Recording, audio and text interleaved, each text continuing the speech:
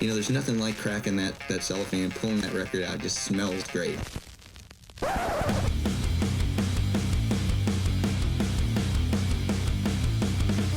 Welcome to BODS Mayhem Hour. Non-stop hardcore energy. I love the show, guys. You're awesome. Unlike any other. With your host, John the Bod, a.k.a.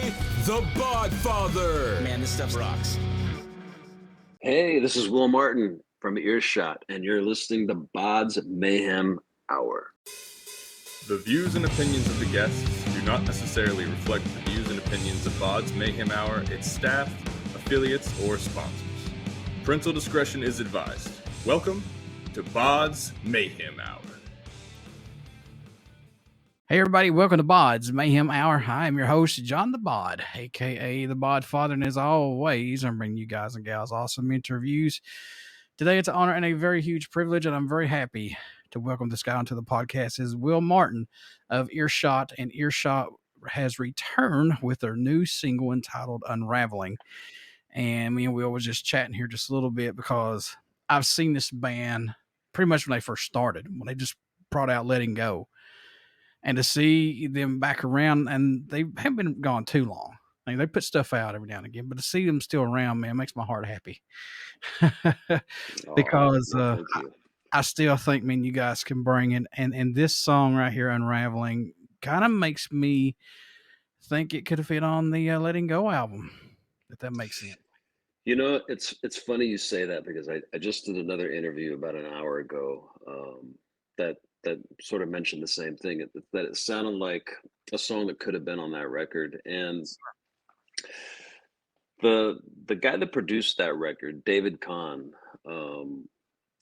he did a lot of really cool creative things with our songs. The way that some of those songs on Letting Go, the way that they came out, weren't exactly the way that they were. And what he did was really interesting, because he had never produced a hard rock band like ours before. So it was his first time. He's done a lot of records like Fleetwood Mac, Sugar Ray, a lot of those kinds of bands. So he comes from a sort of a pop background, but he really loved this band and he really wanted to do this record. And so he brought a little bit of that sensibility, I think, to these songs. And so there were a lot of weird, interesting noises, coming in and out. There was a lot of starting and stopping and, all these weird things.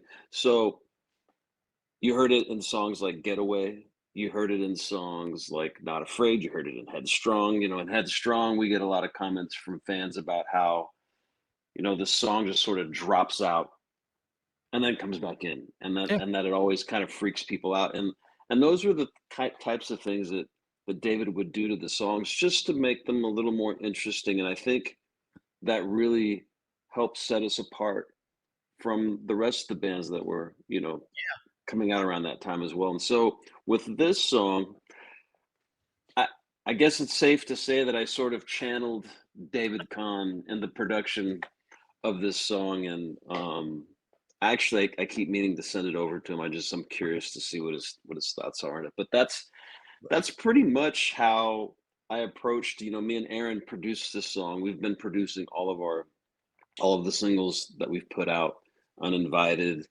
Been a Long Time, You and I, and now Unraveling. And so this was a song that I just felt like was a good song to be able to do that. And I think that's why people are kind of getting that feeling that this could have been a song off of Letting Go, is because it has the heavy rawness coupled with, the little David Kahn tricks, that were in a lot of the songs on the first record. And you guys knocked it out of the ballpark with this, because like you said, it drops out, it comes back in, just like some of the other songs off of Letting Go. Mm-hmm. It's so good though. It's like, thank you. Earshots came back home. And I don't mean it in a disrespectful way. I just mean like, wow, their sound is still there. They haven't forgot who they were. And that's a big ups to you guys for that too. Well, thank you. I appreciate that. And we had a lot of fun with it, more importantly. And the song, even more importantly, means something to us. And all of the songs that we put out, means something to us. But I think, for me, this song was just ripe for the opportunity to to sort of go, pretty much all the way back, in terms of, some of the production that we brought and the technicality that we brought into this one song with Unraveling. So I'm glad to hear that you like it, and we've Yeah. been getting a lot of great feedback from people as well on it. So makes us happy. That was going to be my next question is like, man, just this one little single has caused a whole lot of talk about, and that's good. That's what you want to see. But how excited are you guys to have this out and plus see all that feedback coming back to say, hey, this reminds us of the old school days of Letting Go album, or maybe another previous album or EP that you guys had out. How good does that feel to see people like gravitating to it and still liking this music? Well, it's a good sign, right? It means that there are people still out there that appreciate and like and or love what we do. And as long as that continues to be the case, we'll keep, putting music out there. We'll always write. We're artists. It's what we Sure. do. It's not something we just do, or feel forced to do. So, but it's good feedback for us when, our fans participate and letting us know that they like what we're doing. And I think that applies with any band, quite honestly. Now we're starting to think about going out and doing some tours now, for later this year and into next year. Next year is the 20th anniversary of our second album, Letting Go. And I think we're going to try to do something for the anniversary of Letting Go as well. We meant to do it last year. We just, with the pandemic finally easing up last year, which we're all happy about, we kind of got a little bit of a late start in trying to get that together. So if we don't do it next year, maybe perhaps we'll do it the next year and kind of make up for that. But yeah, no, getting the feedback from fans just lets us know it's a reminder that, we're still relevant to people out there, and that that we can go out and do shows. And right now we're working on a full-length album, which many of listening to this will be happy to know, because we've been getting a lot of comments and messages from fans that although they love the singles, they wish that we'd put out a full-length album. So we are working on that. And in fact, I'll be flying out to Florida in the next couple of months with the rest of the guys to do just that. Good deal. I'm excited. That's another drop here on BODS Mayhem Hour. Earshot is working on an new album, so that's good to hear. It's good to hear.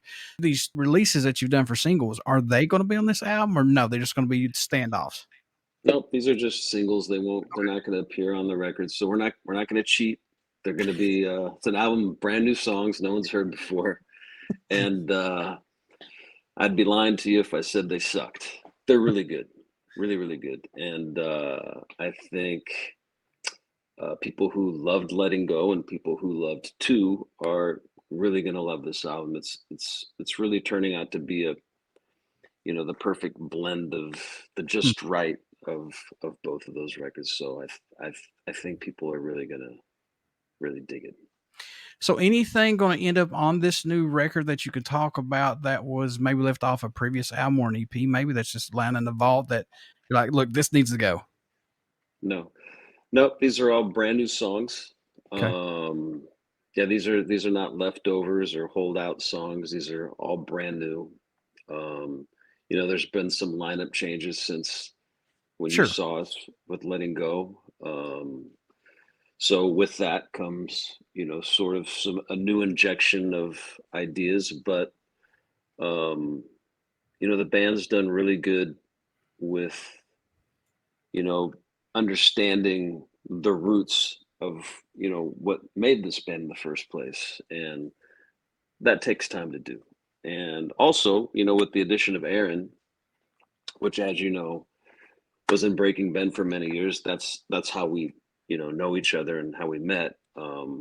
There's some of that feel in it too, innately, because that's what he did in that band. So I'm really excited to, for fans to hear what we come up with. And I just got another song today, from Aaron that he wrote over the weekend that sounds really great. So I mean, I'm really happy with all of the stuff that's coming out that I'm getting. How many songs are written right now that you could talk about? I believe we're at 8 by my last count. So we've got some more. I feel like now there's more and more ideas coming. So it might be, 11, 12 or better songs on this next record. Good deal. Good deal.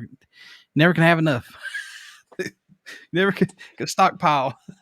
Well, I go back and forth, and this is part of the reason why, it was my idea to sort of move forward all these years with singles because there were 2 reasons. A, I never felt that people had the time or the attention span to listen to an entire record. And it's heartbreaking. It's soul crushing to know that there are songs not being paid attention to. So in my mind, putting out singles was a way for people to focus on what we're putting out. But I think, what I'm hearing anyway, is I think people are missing the totality of a project. Like, it's nice to hear a single and a song you like, but I think what I'm hearing is that people really miss the whole context of a whole album and being able to sit down and listen and sort of, find their own story in it. So perhaps that's what it is. But the intention was just, for us to create a way for fans to listen to each song that we do write and put out. And also too, there's the financial aspect of it too. Yeah. It's a lot less of a financial impact when you're having to produce one song, right? Because it costs money to record, studio time, mixing, mastering, so on and so forth. Now we're talking about, doing, 10 plus songs. And you go, well, it's the same money, Will, if you paid to put each song out, each 12 of those songs, which is true, but now we're having to pay for 12 songs all at once on the front end up front. So there's a lot of different little challenges that come with putting out a full-length album. And so it's a tough decision on, do you put out one song at a time and create some focus around a song, or do you put out a whole album and let people pick out of that, what they like? So we're going to go back to the album route and we like making albums. We didn't think people really cared about albums really anymore. I mean, since CDs are gone and it's all digital, it kind of takes the experience of, getting that CD home and opening it up and like reading through it, looking at the pictures on the insert. But, we're going to put it out anyway. We're going to make it and it's going to be great. And hopefully everyone will be ecstatic about it. No, man, you got a guy right here who absolutely loves CDs. I do not care. I want the physical copy in my hands. I'll take the MP3s, that's fine, but I want the physical copy. And I'll tell you a little story about that. 72 Seasons by Metallica came out the day I was actually on, and go ahead and laugh at me, people. I don't care. This is what I like doing in my spare time. I go ghost hunting. I do paranormal research. I was in Franklin, Kentucky. And my phone was blowing up because me and my buddy, we was out riding around. We was looking for locations, and before we did our actual paid location that we had, and my phone was blowing up. And everybody's like, "Have you checked out 72 Seasons? Have you checked out 72 Seasons?" I'm like, no, and I'm a diehard Metallica fan. That's not like me not listening to the album. So I told Rob, I was like, you know what, man, fuck it. Let's go to Walmart. Let's just see what they've got. Lo and behold, 72 Seasons was the last copy that they had of that album in that aisle. Rob grabbed it, got it for me, brought it back out, and he said, "Here you go, man." He says, "The last one." I was like, "Oh shit, good deal." So it's a meant to be thing. I've got to have that copy, man, because it's like when you invest your time in a band, you want their physical stuff, bootlegs, everything like that. You want that, just like you guys. I want your physical CD in my hand because I'm a collector. That would suck if you get like 5 albums and then the rest are all MP3s. You're like, to me, that's no. Gotta have that physical album. But like you said, I agree with you 1,000%. The attention span is like 2 seconds. They want one song, or they want 3 or 4 songs on the EP, and they're done. Which is sad. Well, and I think it, listen, I think it, for us, as you pointed out, a little bit ago, we have taken a bit of a hiatus, a long one. I mean, it doesn't seem like it's that long. I think the last EP we put out was in 2015. So, I mean, we took, I think Uninvited came out in 2019. So it was a good 4, almost 5 years. That's in the music world, that's a long time. So I think for us, putting singles out was a good way for us to not jump headfirst back in the ice cold pool, but we could kind of put a foot in and just kind of ease our way back into it. And again, it's a big financial responsibility when you're making a whole entire album. I mean, it's one making one single as well, but for us, for each of the singles that we've put out, it probably costs us about anywhere from $3,000 to $5,000 every time we put just one song out. So now we're talking about doing 10 or more. Wow. It's going to be a little more, and we're doing this independently as well. We're not on a label at the moment. That could change in the future, but right now that's how we're doing it, and so it's just different challenges, putting out a whole album versus putting one song out at a time. But it worked for us, and I think it was the right way for us at that time, right? Up until now to do. So I don't regret it. Do you think the band should have more than 3 albums released at this time? I'm talking about like albums, not EPs or anything like that, but just the physical albums. Do you think you guys should have more out at this point, or no? You're just right on track. I mean, I guess the question is, could we have put out more than 3 albums? The answer to that is yes, we could have, but for whatever reasons we didn't. And some of that, is on me. I'm the one that kind of, sort of backed off out of the music industry for a moment. I had a pretty big chip on my shoulders there for a while, and I just needed to get out of it for a minute to sort of regroup because I wasn't loving it anymore.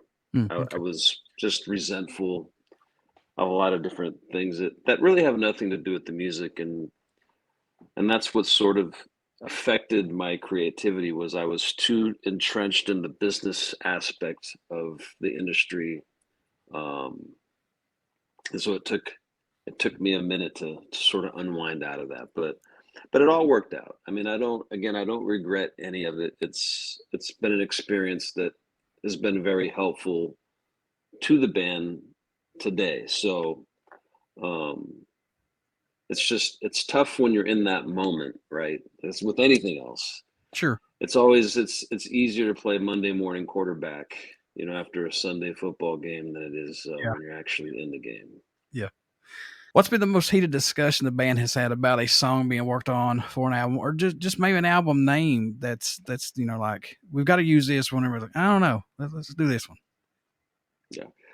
There's never really been heated discussions about a song and whether it should be included on an album or not, but the most heated process that the band has had over the course of all of the songs that we've ever recorded was actually on Letting Go.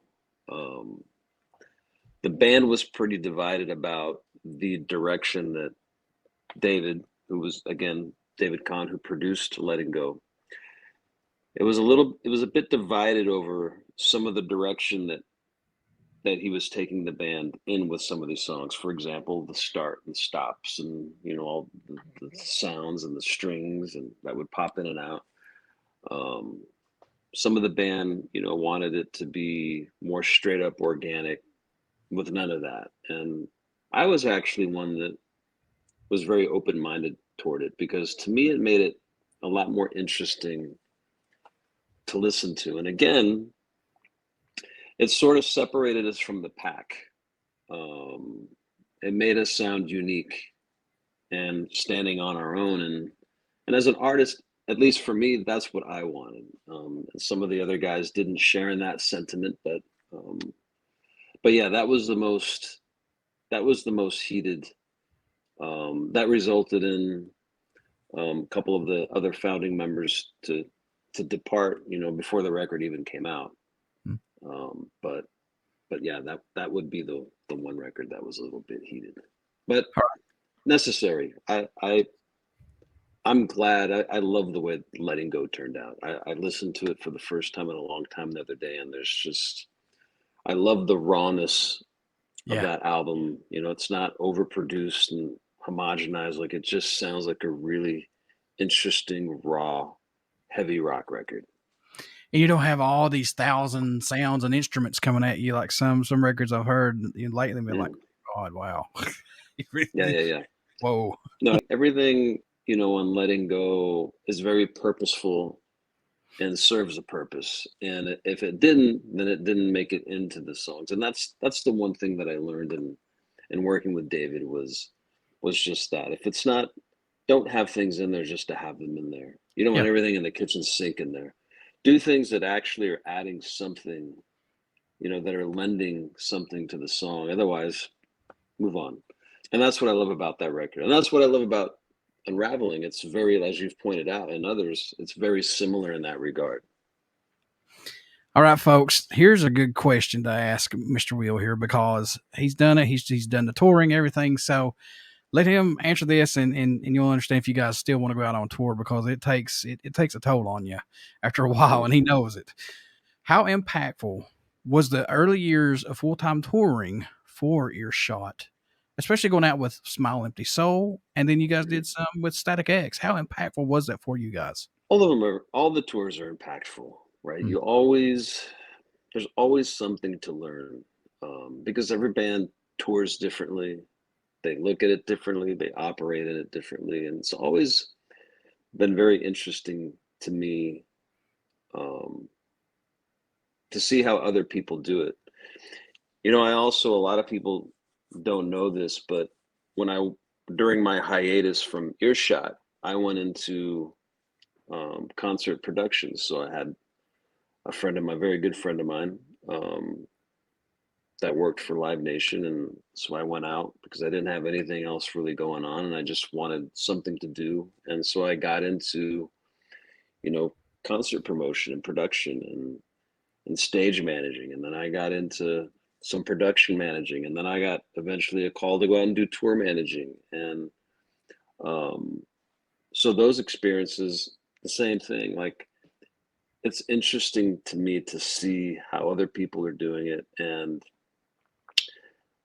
But I think also, to answer your question, to add to that, going out with those other bands as an artist and playing with them, I think it's a really cool experience anytime when fans come to shows and they go in to go see one band, and they go out, finding another band that they like or love. And I think that's the cool thing about touring is it's sort of like a cross-pollination of things, and it becomes a community at that point. So for both of those reasons, I think those are the really cool things about touring. And as you pointed out, it can be tough sometimes. It's not what everybody imagines it to be. I think a lot of people envision like all these crazy parties, and sometimes there are some days, but more often than not, it's guys trying to recover, trying to get rest, because it's very tiring, traveling. It's people spending hours on the phone with their significant others because they haven't seen them and they miss them, and they're trying to quell an argument, or they miss their kids first baseball game, or their birthday, or graduation, or somebody's family member passed away. There's a lot of things that go on behind the scenes that people don't see, that for that hour or two that a band's on stage performing, all that sort of goes away for that moment because they're focused on the people in front of them.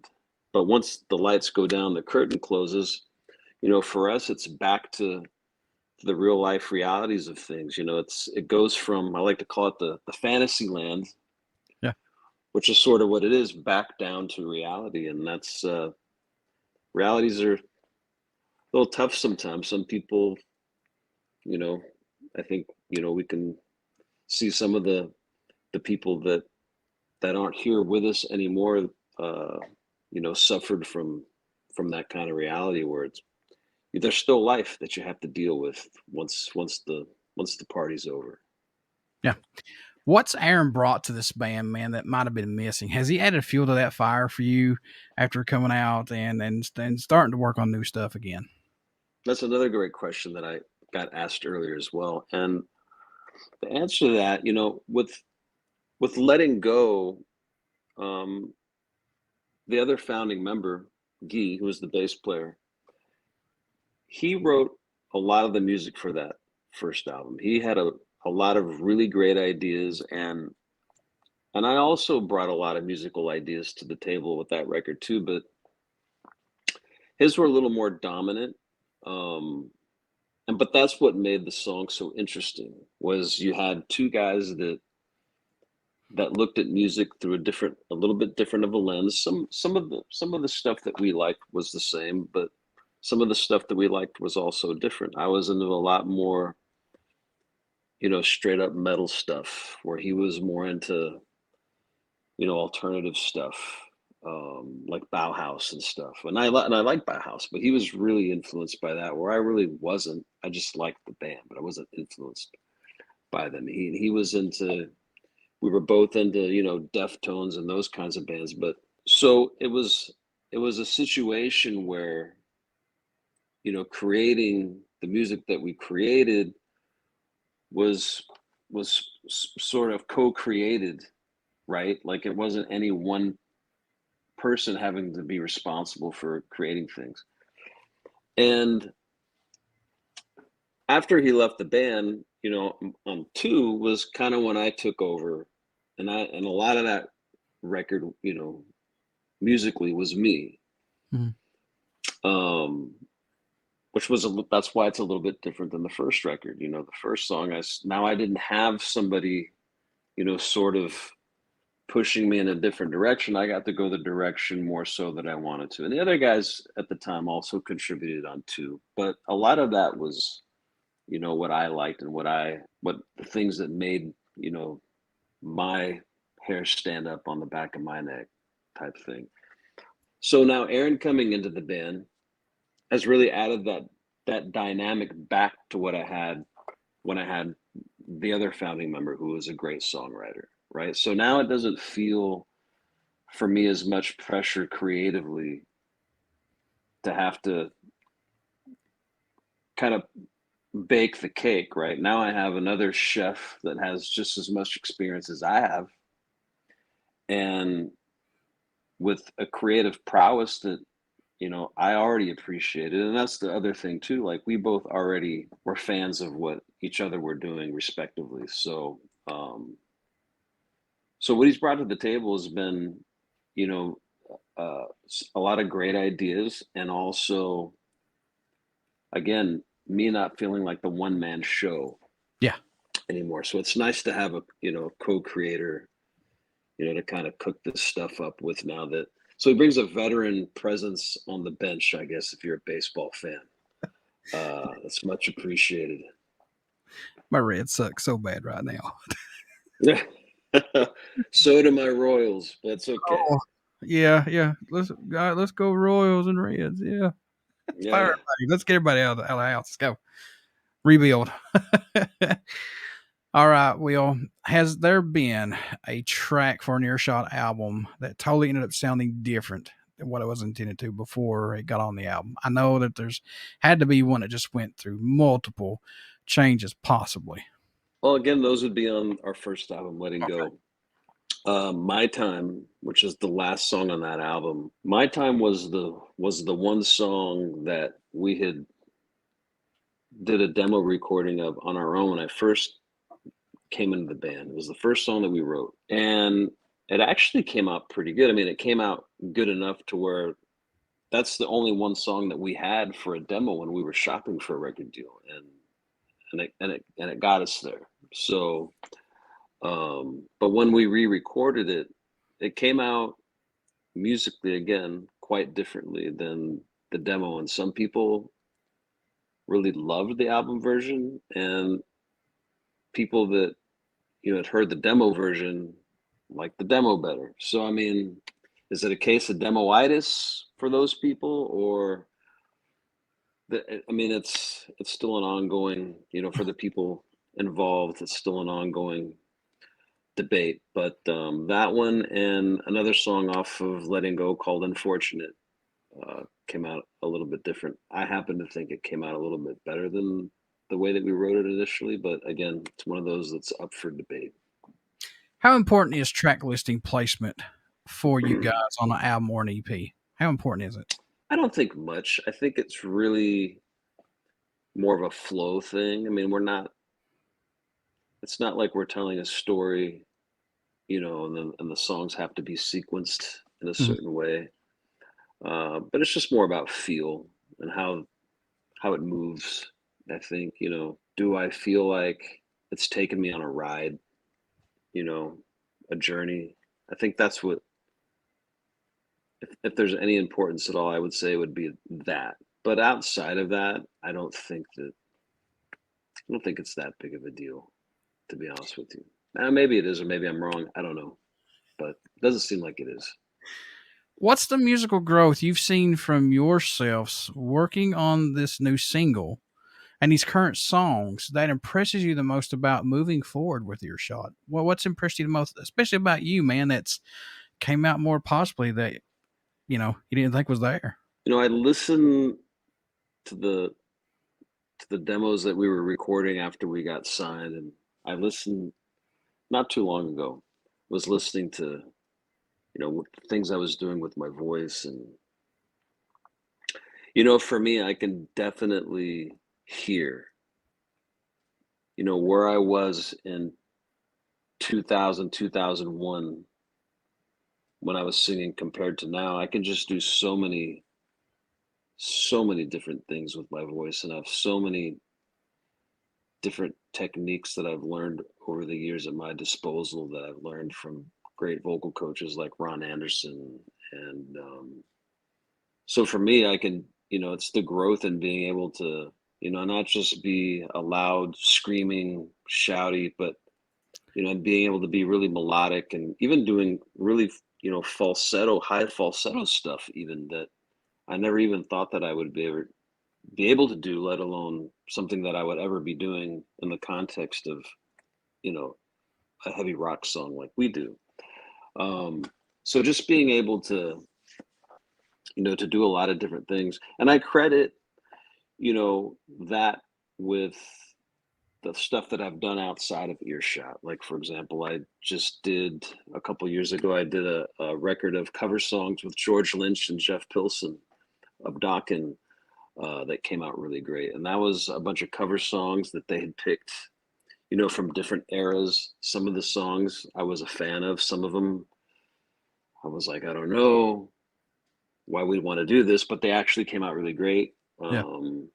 I've worked with different artists that most of them never came to fruition, but I've done musical projects with Gino Leonardo, who's the ex-guitar player from Filter. I've done some songs with Paul D'Amour, who was the original bassist of Tool. That was some pretty interesting stuff. I've done some stuff with Jasin Todd, who's the ex-guitar player from Shinedown. So all of these different musicians are very different, as you can imagine. And so, working with them and working in types of music that aren't really in my wheelhouse in terms of Earshot, I think have really, really encouraged and taught me how to expand outside of my own realm. And so now when I'm recording vocals or on a song, I have all this breadth of other, experiences that I draw from, when I'm thinking of vocal melodies or what my instincts are to do in certain songs. So I think it's kind of like I went through a little, little boot camp, so to speak, right? Was able to just learn more things about myself and figure out how to fit myself into the context of these different sounding songs that I wouldn't have never written on my own. What's been the most memorable show that Earshot has been a part of that you still can't believe to this day that the band was a part of? And I got to see you guys on some awesome shows like we talked about earlier, like Local Bazooka, Static X, things like that. Man, those are huge. But what's been your most memorable moment for this band? Yeah, there's a picture of it. I don't know if it's on the Earshot Facebook page or Instagram, or if it's on my own personal page, but there's a picture that a good friend of mine, Greg Waterman, is a phenomenal photographer, took when we were in Atlanta, Georgia at the Midtown Music Festival. And I believe we were direct support on that festival because we were out with Kid Rock at the time.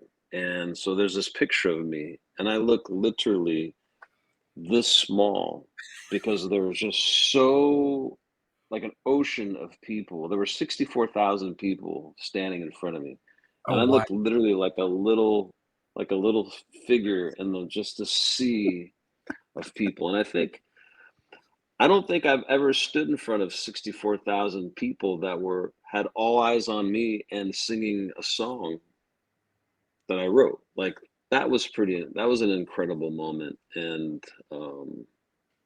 that was in 2002, and that was the first time that I'd experienced, something of that magnitude at the time. And so that moment will always hold a special place in my heart. Jeez, I can imagine. There's Will, little tiny peant right there. Yeah. Yeah. Amazing. And think about this, man.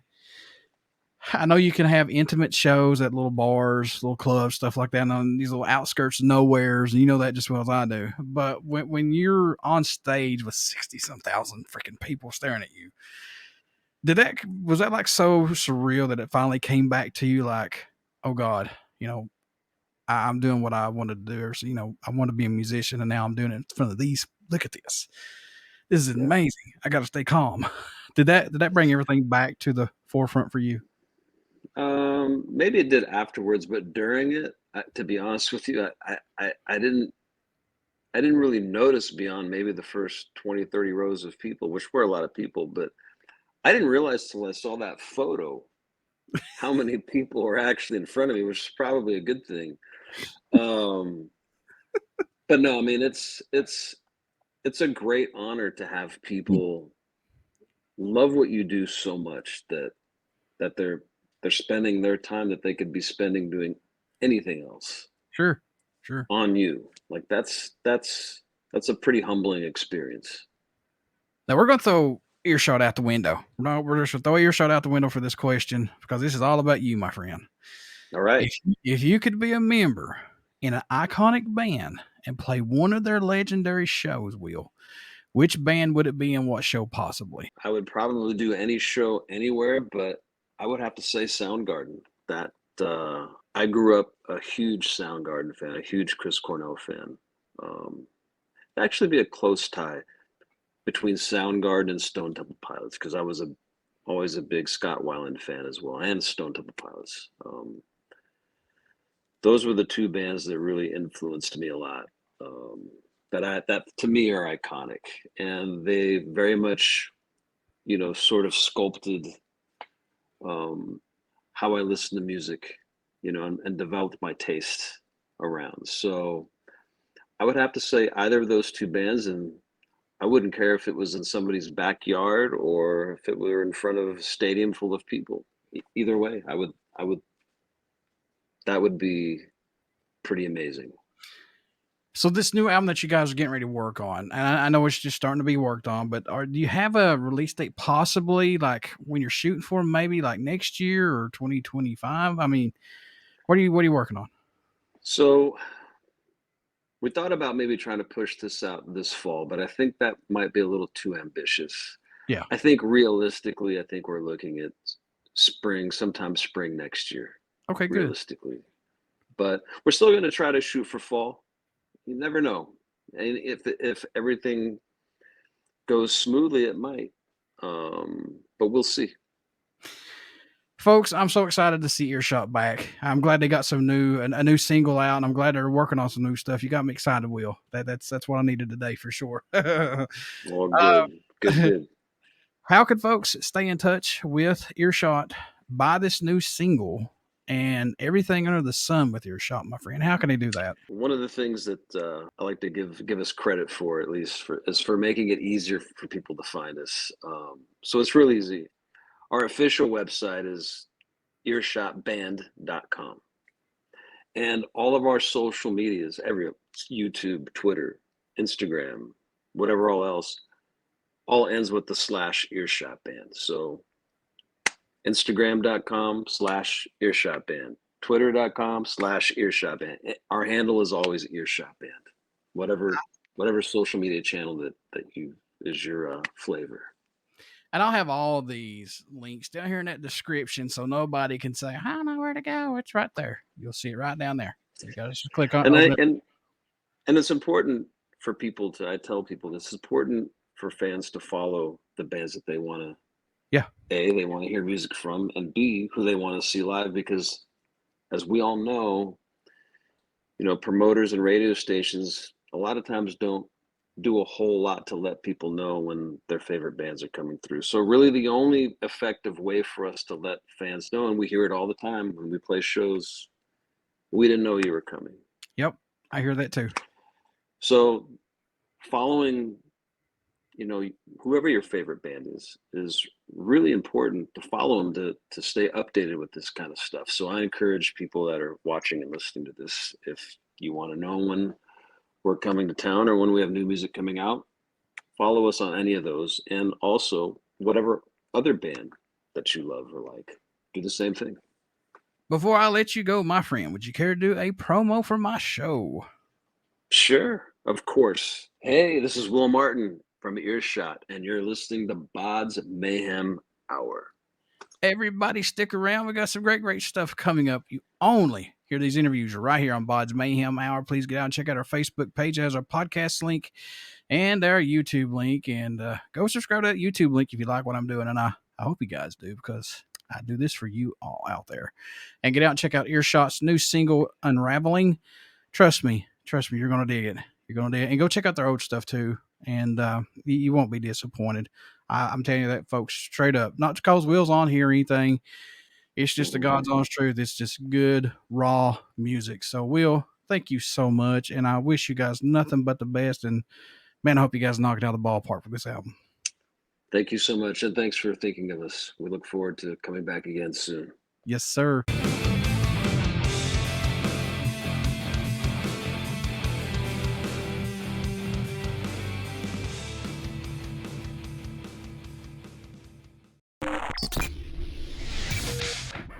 You're listening to BODS Mayhem Hour.